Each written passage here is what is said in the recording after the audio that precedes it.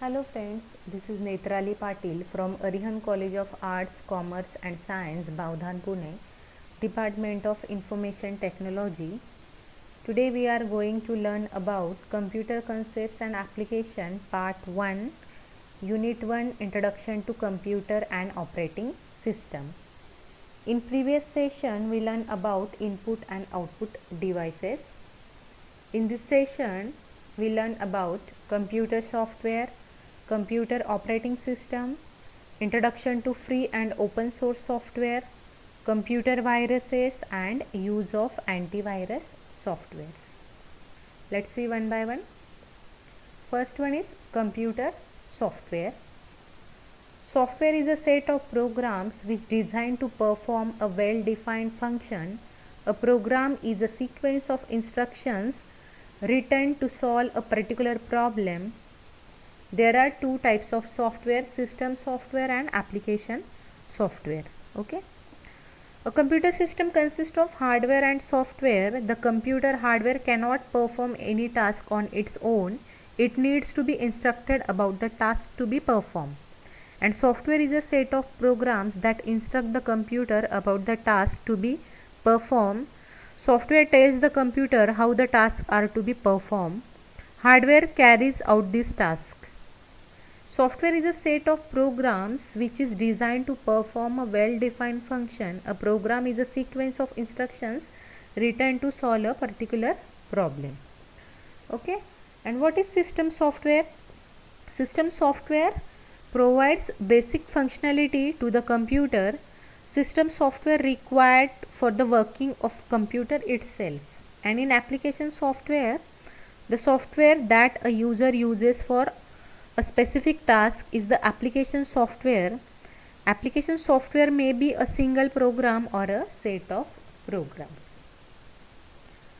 These are the features of a system software: close the system, fast in speed, difficult to design, difficult to understand, then less interactive, smaller in size, difficult to manipulate, and generally written in low level language.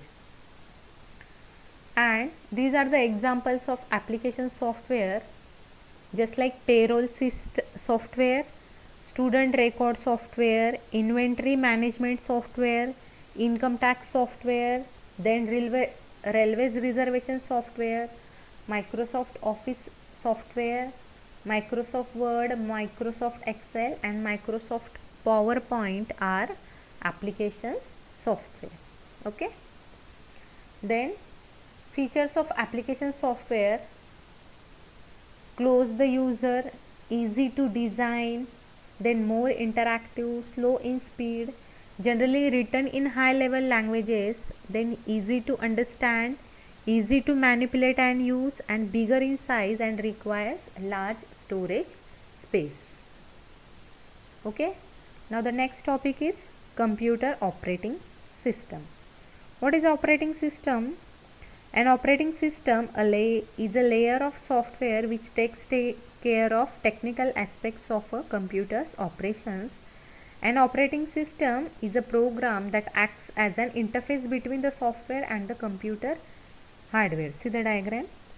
An operating system is low-level software that enables a user and higher-level application software to interact with the computer's hardware, the data and other programs stored on the computer. Operating system is an integration set of specialized programs that are used to manage overall resources and operations of the computer. And the operating system is a vital component of the system software. In a computer system, application programs usually require an operating system to function. Okay. These are the objectives of operating system. To make the computer system convenient to use in an efficient manner, to hide the details of the hardware resources from the users, to provide users a convenient interface to use the computer system, then manage the resources of a computer system, then to act as an intermediate between the hardware and its user, making it easier for the user to access the use other resources, then to provide efficient and fair sharing of resources among users and programs. These are the objectives of operating system. See the characteristics of operating system. It consists of memory management. Memory management means keeps track of the primary memory, that is what part of it is in use by whom, what part is not in use, and allocates the memory when a process or program requests it.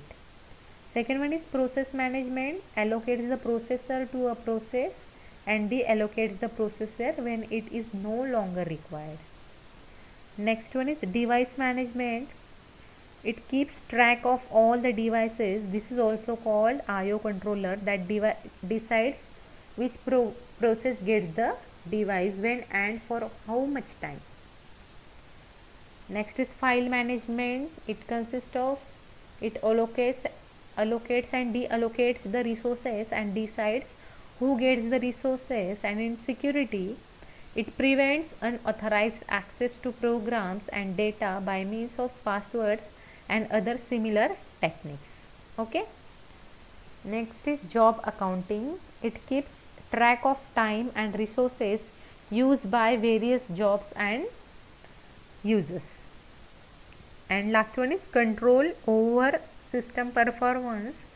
Records delays between the request for a service and from the system. Okay. Next is interaction with operators.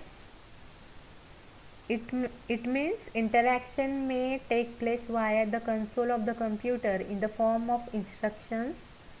The operating system acknowledges the same, does the corresponding actions and informs the operation by a display screen. Next is error detecting aids. It means production of dumps, stresses, error messages and other debugging and error detecting methods. And last one is coordination between other software and users. It consists coordination and assignment of compilers, interpreters, assemblers and other software to the various users of the computer system. Okay. Now there are different types of operating system: multi-user, multi-processing, then multitasking, multi-threading and real-time. What is multi-user? It allows more than one user to run the program simultaneously. A multi-user operating system allows for multiple users to use the same computer the same time and different times. Okay. Second one is multiprocessing. It allows running a program on the more than one CPU simultaneously. A multiprocessing operating system is capable of supporting and utilizing more than one computer processors. Next is multitasking. It allows executing more than one task at the same time. An operating system that is capable of allowing multiple software processes to run at the same time. Next is multithreading. It allows different parts of a single program to run concurrently. Multithreading operating system allow different parts of a software program to run concurrently. And in real-time operating system, it has to finish the task within the deadline and responds to input instantly. A real-time operating system is an operating system intended to serve real-time application request. It must be able to process data as it comes in, typically without buffering. Delays. Processing time requirements are measured in tenth of seconds or shorter in real-time operating system. Then these are the functions of operating system. First one is process management. In process management, it allocates the processors to process and deallocate processors when processor is no longer required. The process management activities handled by the operating systems are control access to shared resources like file, memory, input, output and CPU. control execution of applications, then create, execute and delete a process, cancel or resume a process, then schedule a process. In second one is memory management. It keeps track of primary memory, that is which parts of it are in use by whom, which parts are not in use, etc. Allocates the memory when the process or program requests it. The activities of memory management handled by OS are allocate memory, free memory, reallocate memory to a program when a use block is free, and keep track of memory uses. Third one is file management. It allocates and deallocates the resources, decides who gets the resources. The file management tasks include create and delete both files and directories, then provide access to files, allocate space for files, keep backup of files and secure files. Next one is device management. It keeps track of all devices. This is also called IO controller. Decides which process gets the device when and for how much time. And the device management task handled by OS are open, close and write device drivers, and communicate, control and monitor the device driver. Next one is protection and security. The OS operating system, the resources of system, user authentication, file attributes like read, write, encryption and backup of data are used by OS to provide basic protection and security. In user interface or command interpreter, it means operating system provides an interface between the computer user and the computer hardware. The user interface is a set of commands or a graphical user interface via which the user interacts with the application and the hardware. So these are the functions of operating system. Now next one is introduction to free and open source software. What is free and open source software? Free and open source software allows user and programs to edit, modify or reuse the software source code. This gives developers the opportunity to improve program functionality by modifying it. Then next, these are the benefits of free and open source software. Fix the software, then know and control what is going on. It means software also has tendency to include various digital restrictions on what the user can do, when, for how long. Okay, then technical benefits. Then share means free software enables you to share software and thus help your friends and neighbors without you having to break licenses. Okay, and the last one is economic benefits, means it's also a way in which companies can share development cost in economic benefits. Now next one is computer viruses. A computer virus is a malicious software program loaded onto a user's computer without the user's knowledge and performance malicious actions. There are different types of viruses: Trojan horse, worms, boot sector, macrovirus, then memory resident virus, rootkit virus, polymorphic viruses, logic bombs or time bombs. Then direct action viruses, override viruses, directory virus, metamorphic virus, file infector, companion viruses, script viruses and email viruses. A computer virus is nothing but a virus is a small piece of software that piggybacks on real programs.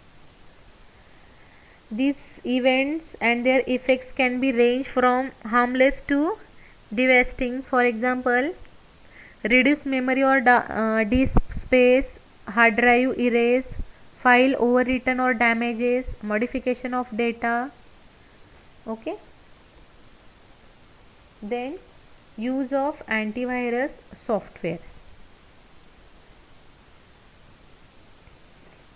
What is antivirus? Antivirus software is software used to prevent, detect and remove malware such as computer viruses, malicious, then ransomware, keyloggers, backdoors, rootkit, Trojan horses, worms and so on. Antivirus software is a computer program that detects, prevents and takes action to disarm or remove malicious software programs such as viruses and worms. Okay.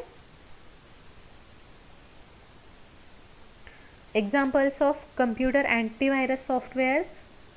Norton antivirus. Norton is one of the most well-known antivirus software. One of its key feature is that it updates every 5 to 10 minutes to make sure your system is up to date. Next is MCAFE Virus Scan Plus. In this virus is software that shields your PC from viruses and spyware and includes a firewall that can help prevent hacker attacks to your system. Then AVG antivirus. AVG is unique in that it provides consumers a completely free version. Okay. The free version works extremely well if you are just looking for simple antivirus protection without all the bells and whistles. Okay. Then next is Trend Micro Internet Security. In this, Trend Micro provides an award-winning antivirus engine that protects from viruses, spam, spyware, trojans and other online security threats. And the last one is Bitdefender. Bitdefender offers protection from viruses, spyware, rootkits, provides anti-phishing help and offers a game and laptop modes. Okay. So in this session we learn about system software, application software, then operating system, objectives of operating system, characteristics of operating system, then free and open source software, computer viruses and antivirus. Okay. So dear students, I hope you like this session. In the next session we will go for further things. Thank you.